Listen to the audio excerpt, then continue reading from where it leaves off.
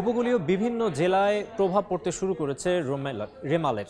বিস্তারিত জানাতে সাতক্ষীরার শ্যামনগরে সহকর্মী তানজিম আহমেদ এবং কক্সবাজার সমুদ্র সৈকতে আছেন সহকর্মী সুজাউদ্দিন রুবেল। সরাসরি প্রথমে যাচ্ছি তানজিমের কাছে। তানজিম, সময় গড়াচ্ছে, শক্তি বাড়াচ্ছে ঘূর্ণিঝড় রিমেল, বেগ বাড়ছে বাতাসের, নদীতে পানিও বৃদ্ধি পেয়েছে বেশ।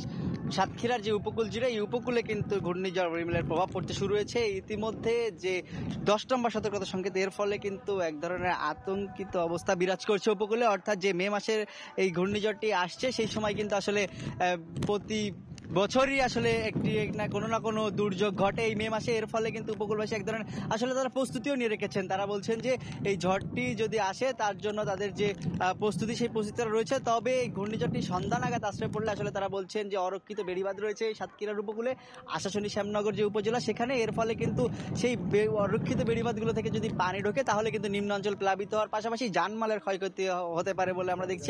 যে নদী তীরে রয়েছে, আমাদের ঠিক এক প্রান্তে রয়েছে শ্যামনগর উপজেলা এবং এক প্রান্তে রয়েছে আশাশুনি উপজেলা, দুটি সবচেয়ে বেশি দুর্যোগ প্রবণ উপজেলা। এবং এই ফলে কিন্তু এখানে যারা রয়েছেন তারা বলছেন যে তারা এই যে এই দুর্যোগের মধ্যে আসলে তাদের ঠিক কী ধরনের ক্ষতি হবে সেই বিষয়টি তারা এখনো বুঝতে পারছেন না। তবে তারা প্রস্তুতি নেওয়ার কথা বলছেন। আমরা দেখি জেলা প্রশাসনের পক্ষ থেকে, ফায়ার সার্ভিসের পক্ষ থেকে, আইন শৃঙ্খলা বাহিনী রয়েছেন, স্বেচ্ছাসেবকরা রয়েছেন, তারা চেষ্টা করছেন যে সাধারণ মানুষ যারা রয়েছেন তারা যেন নিরাপদ আশ্রয় কেন্দ্রগুলোতে অবস্থান নেন। কিন্তু এখন পর্যন্ত আমরা দেখছি যে আসলে আশ্রয় কেন্দ্রগুলোতে যেতে খুব একটা বেশি আগ্রহী নন উপকূলবাসী। তারা বলছেন যে সন্ধ্যা নাগাদ যখন আঘাত আনার আগে হয়তো তারা যাওয়ার চিন্তা করবেন। এর বাইরে যে অরক্ষিত উপকূল রয়েছে, বেড়িবাঁধ রয়েছে, সেইগুলো যেন সংস্কার নয়, টেকসই বেড়িবাঁধ নির্মাণ হয়, তাহলে কিন্তু তারা যে উপকূলবাসী তারা তাদের যে রক্ষা কবচ সেটি আসলে তারা হতে বলছেন। এর বাইরে আমরা দেখি যে যারা স্বেচ্ছাসেবক সদস্য রয়েছেন তারা সকাল থেকে চেষ্টা করে যাচ্ছেন তাদেরকে নিরাপদ জায়গায় নিতে। এবং সাতক্ষীরার যে শ্যামনগর এবং আশাশুনি উপজেলায় যে দুর্যোগ প্রবণ উপজেলা এবং এখানের যে ঘূর্ণিঝড় রিমেলের আসার যে খবর, আমার কাছে এই ছিল সর্বশেষ। আমরা এখন যাব কক্সবাজারে, সেখানে রয়েছেন সহকর্মী সুজাউদ্দিন রুবেল। বেলা বাড়ছে এবং ঘূর্ণিঝড়ের প্রভাব পড়তে শুরু করেছে।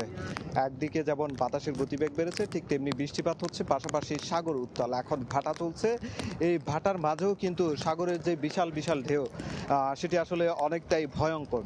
এই ভয়ঙ্কর ঢেউগুলো কিন্তু উপকূলে আঘাত করছে। আমরা এরই মধ্যে কক্সবাজারের উপকূলীয় এলাকা মহেশখালী, কুতুবদিয়া এবং যে প্রবাল দ্বীপ সেন্ট মার্টিন রয়েছে, সেই সব এলাকায় অনেক জায়গায় বেড়িবাঁধ ভেঙে পানি লোকালয়ে প্রবেশ করেছে এবং সেই লোকালয়ে প্রবেশ করা পানি এরই মধ্যে অনেকের আতঙ্কের কারণ হয়ে দাঁড়িয়েছে। উপকূলবাসী এখন অনেকটাই আতঙ্কিত। এর মধ্যে আপনারা লক্ষ্য করবেন এই বিশাল বিশাল ঢেউ, এই ঢেউর মাত্রাটা সকালের দিকে ছিল 4 থেকে 5 ফুট, এখন সেটি অনেকটাই 8 ফুটের উপরে পানি প্রবাহিত হচ্ছে, যেটির মাত্রা বলা হচ্ছে প্রায় জলোচ্ছ্বাস আকার ধারণ করে সেটি 12 ফুট উচ্চতায় প্রবাহিত হবে। তবে ভাটার সময় এত বিশাল ঢেউ, এত বেশি ঢেউ এবং পানির উচ্চতায় সেটি আগে কোনোদিন দেখেনি এখানকার স্থানীয় ব্যবসায়ী থেকে শুরু করে অনেকেই।